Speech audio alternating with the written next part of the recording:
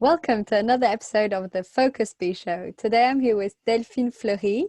Delphine is a life vision coach and a theta healing practitioner. She's also a speaker and the host of 2 podcasts.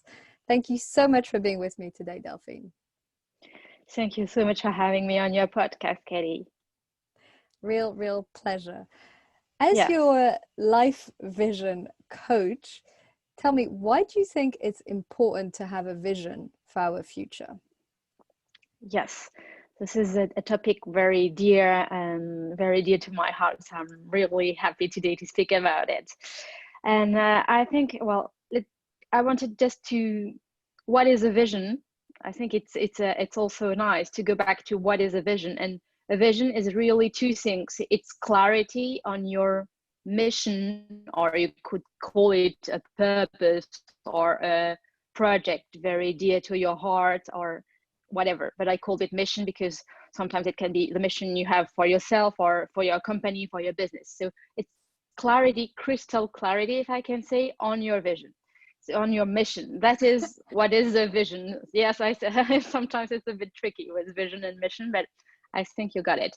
And this vision is very important because it gives you 3 things that really that gives you power in your life in general, but most specifically in a career or business. The first thing is that it gives you focus.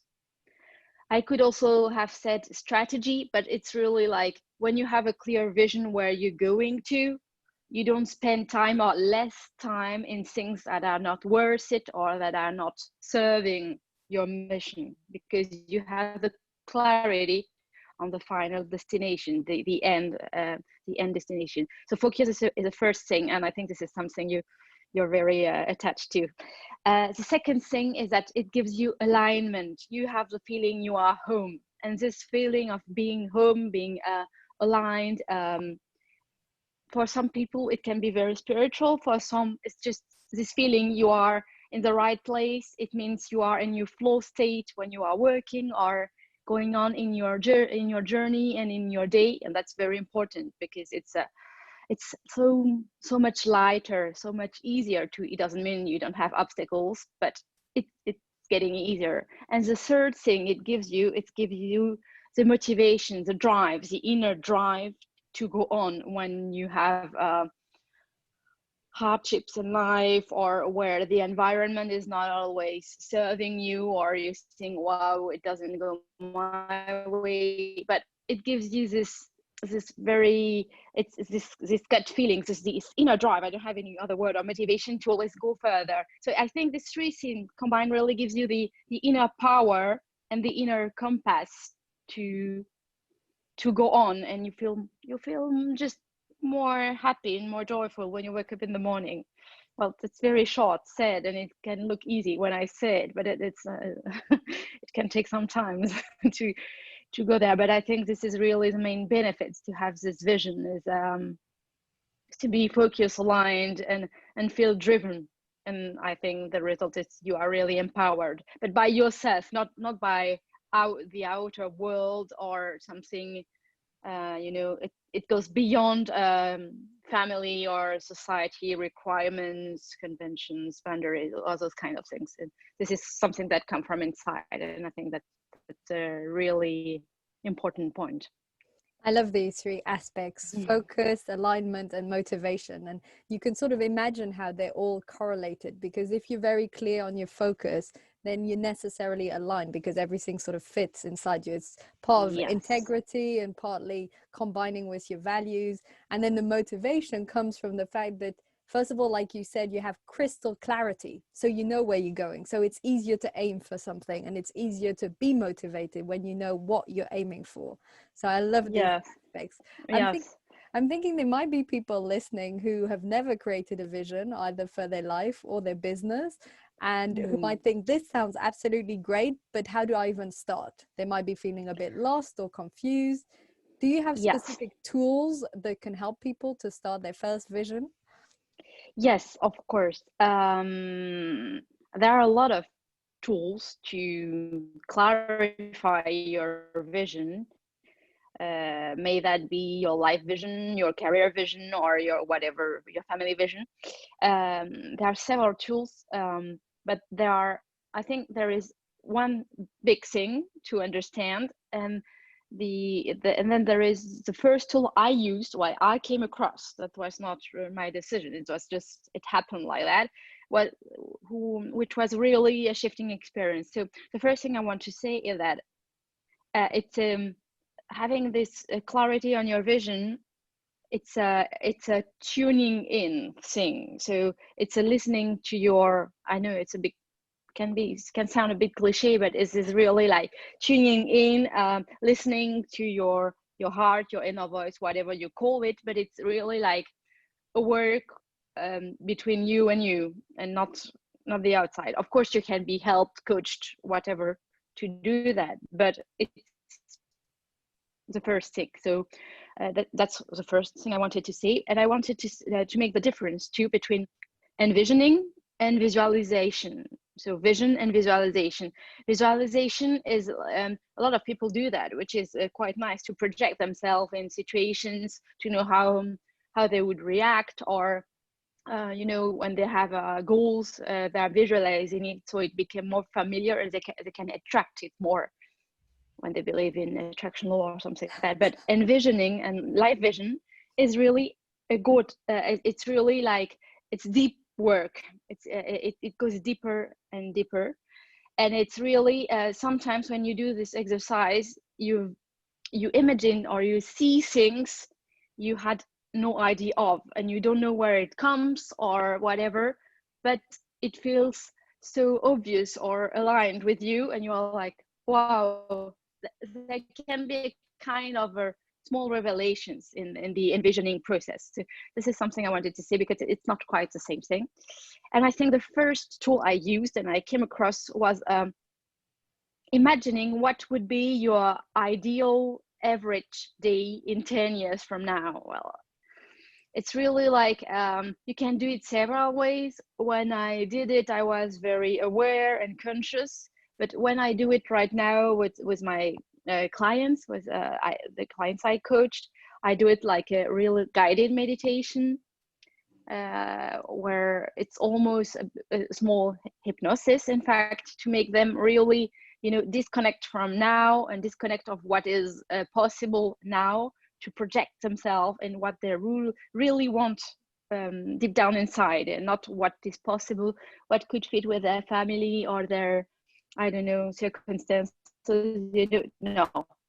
Really like what would be their ideal average day in 10 years from now, and just tell the story. It's like a small journey in the future, but it's not seeing the future, of course. We are not seers or whatever, but it's a very nice exercise, because a lot of things come out at that time you had not expected. So it's really like it's almost a game sometimes. So I think even if you are not into meditation or whatsoever, just take 1 or 2 hours of your time tuning, and then just ask yourself, what would be my ideal average day in 10 years from now? Where would I wake up? How would, and go into details. How, with whom would I be? How would my house or my room or even my bed look like?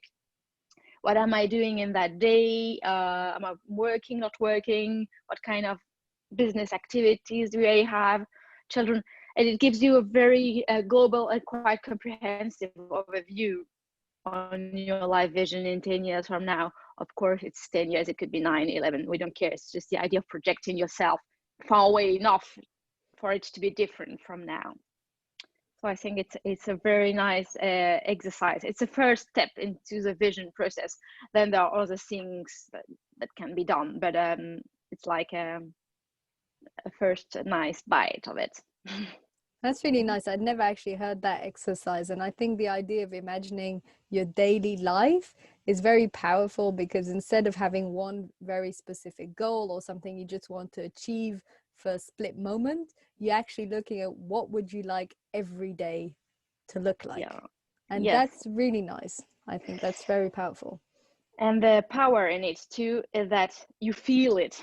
It's not only you see it, but you feel it, so you can anchor it, you know, and after that you have a kind of a most of the time it feels wonderful, because the command is to see your ideal average day, so it's ideal, so it must please you, you know. So most of the time people, when they do that, they feel wonderful, they feel empowered, they feel aligned and everything. And if you can anchor those feelings deep down inside, well, it begins to, well, the magic of the vision is beginning to work and beginning to happen, and you have it inside, and it creates a kind of a craving to know more, or to begin to act upon it, or this kind of thing. So I think this feeling, seeing, not only knowing or seeing, but also feeling inside, is a big shift too. Is a big shift too in that small exercise, but which is quite a first big step. Yes, I can imagine that. And I like the fact that you said it was almost a combination of hypnosis and meditation that you used, because I can see that probably on a deep level, subconsciously, people know what they want. They probably know that they don't want to be in an office anymore. Maybe they want their own business, or maybe they want to be in a different relationship or live in a different country. They probably know it deep down, but they don't accept it consciously. So it's like you're digging in the subconscious, getting it out, making it conscious, exactly. and then they can't ignore it anymore. Then becomes truth. Exactly. And they must be willing to do this too, which is not the case of everyone. But once you have begun to walk on that journey, on that path, it's hard to go back. You can get stuck somewhere out of fear or limiting beliefs or those kind of things, but going back, no. But you do, because you don't want it. So that makes sense. That makes sense. Yes, it's really a digging process. You're right with that. I like that word. Well, I often think in general that coaching is a bit like a detective work. So it can be detective and digging, because you want to find all the different clues and put them together. Exactly. It's an exploration. It's a digging exploration, if I could say. And it's also connecting the dots and the missing links thing. First, you dig things out. Sometimes I have people who have small part of their vision, but they are like, oh my God, I have this talent, this superpower, I could say. I have these longings or these desires, but how do I put them all together so that it matches and it becomes a real vision and not a puzzle of missing pieces everywhere? So the envisioning process at that one for those people is really helpful to put it all together into a beautiful, coherent vision that's really driving and empowering, because it's consistent and coherent, you know, and aligned. So it can help a lot of different people in different situations. I mean. How often do you think it's important for people to do this envisioning process? So let's say someone that's already happy and fulfilled in their job or their life, and they don't want a radical change, but they're just sort of wondering, okay, what's my next sort of shift? What's my next big step? Do you think, because I also think it might be too much to do it too often. So what do you think is a good timeline to do it? Yes, well, in the case you have just mentioned, people quite happy and everything, the vision, I think it's good to make a check, like you go to the doctor, you know, but it's like a prevention check, I would say. And you can do it like every 6 months, I would say, just to be sure you are on the right track. Or the second thing you can do is, if you have an important question, a choice to make, you know, everything is fine, but you just have to choose a way. It happens sometimes in career, business, or life. And then you can check with your vision if the choice you are about to make is aligned or not. It's like a kind of an inner compass. And I think it's a powerful tool for that too. Once you have really put it out there and you have it clear, when you are transitioning from a life to another, or those kind of things. But after, it's much more like an inner compass. You can check in when you need it, or on a regular basis, every I would say every 6 months, every 6 months or every 3 months, if you need it. It's, well, checking with the vision can be quite reassuring, in fact. But maybe after a while you don't need to check as often, because you have it inside you, and so it's not, you don't feel that longing anymore, or not so urgent, I would say. But another thing to take into consideration too is that your vision is not, your vision is adapting with your project, with your life. It's not like, oh, I got the vision, it's right there. It could be like a painting. No, it's not that. It's not static, it's flexible, it's moving with you. It's your vision, so it only depends on you, and you are not a human being stuck in time in one moment. No, you are evolving. So the vision is evolving too. That's why checking in is with yourself and your vision is very important, because sometimes you can do something, and at one moment it's not aligned anymore with who you are becoming. So you need to adjust the vision, or to dig deeper and see how it has evolved along with who you are now, who you want to be now, and that's okay. It's only a tool. It's not like a I don't know, prophecy or whatsoever, you know. That's important, this flexibility and evaluation thing. Yes, I also think that keeping in mind that it's a flexible and movable and changeable, adaptable vision is Yes. important, because as we change and as new people enter our lives, and as we change maybe geographical places, things change, and we have different thoughts and ideas and inspiration. And I think that's a very powerful statement and thing to keep in mind, because if we get too stuck on our previous vision, that can prevent us from moving forward. If that was the big epiphany at the time, and we felt this is what I need to do forever, and 2 years later we realized maybe not, then that's important to readapt, reconsider, and therefore checking our vision every 6 months or so can, like you said, can be very useful and powerful. Yes, and not stick to your vision like it's your Bible or whatsoever is important too, because your vision, it's like an intention, a direction, but there are several ways you can go there, you know. And so you have, I think at one moment, and I went through it too, you have to let go, or on the way, on how to do it, because maybe some things can come into your life and you are, oh well, that's another way to go there. I just didn't see it at first, or wow, it's much easier than I thought. Oh well, I need to learn this first to go there. So have this vision, and then just you know, take a bit of distance and say, okay, I can let go. The vision is really the why and the what, you know, on a long term, and the how, you can let go on the how a bit more, and be a bit more like, and stay really agile, flexible on this. And I think it's a good thing to have not to stick to the vision like your whole life depends on it. It's relax on the way. I was not relaxed, so I know what it is.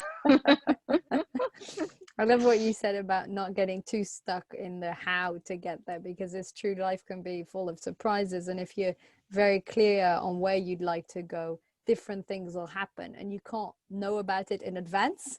So if you're too fixed on the how, you might get stuck because you don't actually know the how. But if you just keep it in mind and consistently do things in that direction, it helps. In some ways it feels to me like a vision is a combination of goals, because it's a bit the same with goals. You keep them in mind, you measure the progress, you track, you see if you're still aligned, and then you know, readjust and take steps accordingly.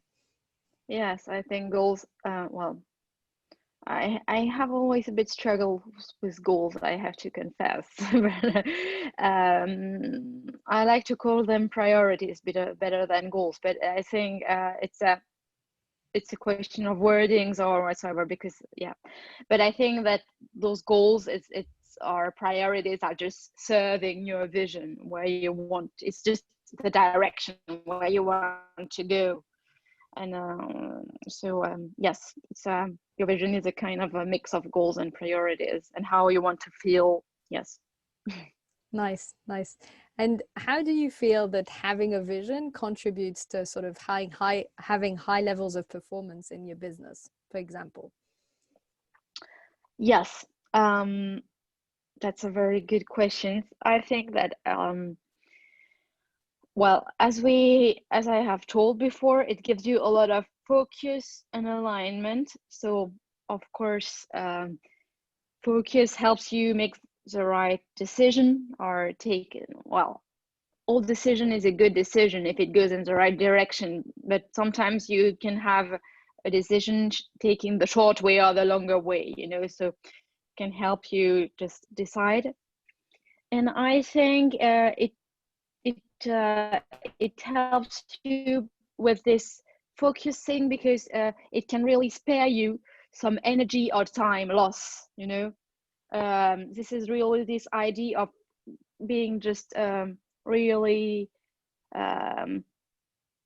more shortcuts to the right direction. So performance is all about optimizing also your time and your energy, spending on the most impactful things for you, for your career, for others. And well, this is how I understand it. And I think that your vision is really like a compass. Is it aligned with it? Will it serve it or not? And then let go of the things that are not worthy, and really focus on the one thing that will produce the expected outcome. So I think it's the first thing. And the second thing is when you have the motivation, of course, you are much more performant because you are not pushing yourself, you know. It's not like it's a vision. It's one of the best tools against procrastination, because when you have this inner motivation, this inner drive, you do not procrastinate, or a lot less than you used to do, because you feel like doing it. You wake up in the morning, it's just, sometimes it just doesn't feel like work. It's just your past. It's just what you're meant to do. So it's different. So you are performant at it. I mean, if you are not too tired, of course, you are not like a robot or anything, but it's really like, I think, yes, it gives you this fire, this inner fire to do things. So yes, you are much more performant if you feel like doing it, if it's not any kind of effort, if it's just natural, you know, when you feel like doing it, of course you will be more focused and performant. If you have the right tools to know how to work, and not not, you know, having too many ideas. I think that with a vision, it gives you focus.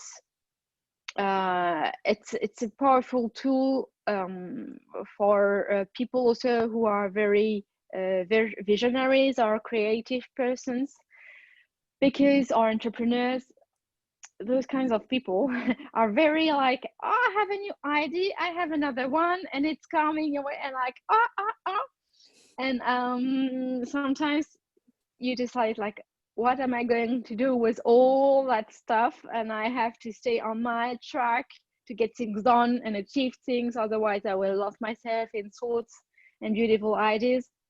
And the vision can be this compass who makes you like, you go back to the right path, and either you can incorporate into your path your new ideas if they are serving the final version, or just let go on the side or put them aside for now, or just letting go of them because they are not the right thing, or giving them to others. This can be also a nice thing.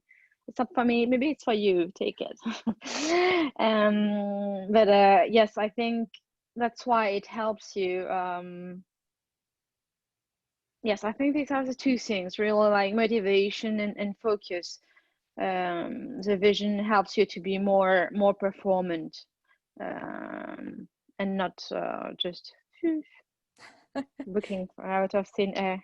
Yes, I don't know if it answers your question. Yes, absolutely. I love what you said about it helps you not to waste time or money or energy or any of that, because you know what you're Yes. focusing on. That's also how I feel about focus in Mm. general, and why clarity is so important when we move forward. And then fantastic what you said about vision being a great tool against procrastination. So it gives you that inner fire, that boost for motivation, and therefore you're a lot less likely to procrastinate. You also said earlier on that the vision was a great tool for decision making, because if you need to make a decision, you just check, is this aligned with my vision? Does this make sense? Is this aligned with the direction is this aligned with what I want to be doing? And if it isn't, then you can just say no, and if it is, you can incorporate it. And again, another really interesting aspect was how very creative people and visionaries have so many different ideas. I can definitely relate to that. And how if we have a clear vision, it's easier to be more selective about what we choose to focus on and work on. It gets easier to choose to select the right path, and it's also you can do it without fear and without guilt, because I know, well, this is from my experience, that when I had ideas, I was like, oh, if I let go of ideas, I felt guilty. Maybe they were worth it. Maybe it was the right way. Because I used to experience a lot of different paths before I found mine. And so I was always like, wow, the next big idea. And after a while, I was always frustrated, disappointed, because it was not my thing. And when you get that vision, it's okay, it's a nice idea. You see this idea passing by, you acknowledge it, but you don't take it, because you have your thing. So you are a kind of you have reinsurance, or you're on the right path, and this is not my path. I am missing. You are not missing something, and that's it. I think it's quite reassuring. What I felt like that. Yes, less guilt, less fear of missing out, more reassurance. Yes, of missing out. Exactly, less FOMO, definitely. That's not something I was aware of, but speaking with you, I became aware of that. That's interesting. Really nice. I feel we've covered so many different aspects of vision in terms of our focus and our motivation and tools to go about it, like that example you gave us about projecting ourselves in 10 years and imagining our daily life. And also we found out it's a great tool against procrastination and fear of missing out. So it's almost, a wonderful tool for a lot of different things in our life and business and performance. So before we finish this episode, Delphine, would you like to tell us where people can find you? Oh, yeah.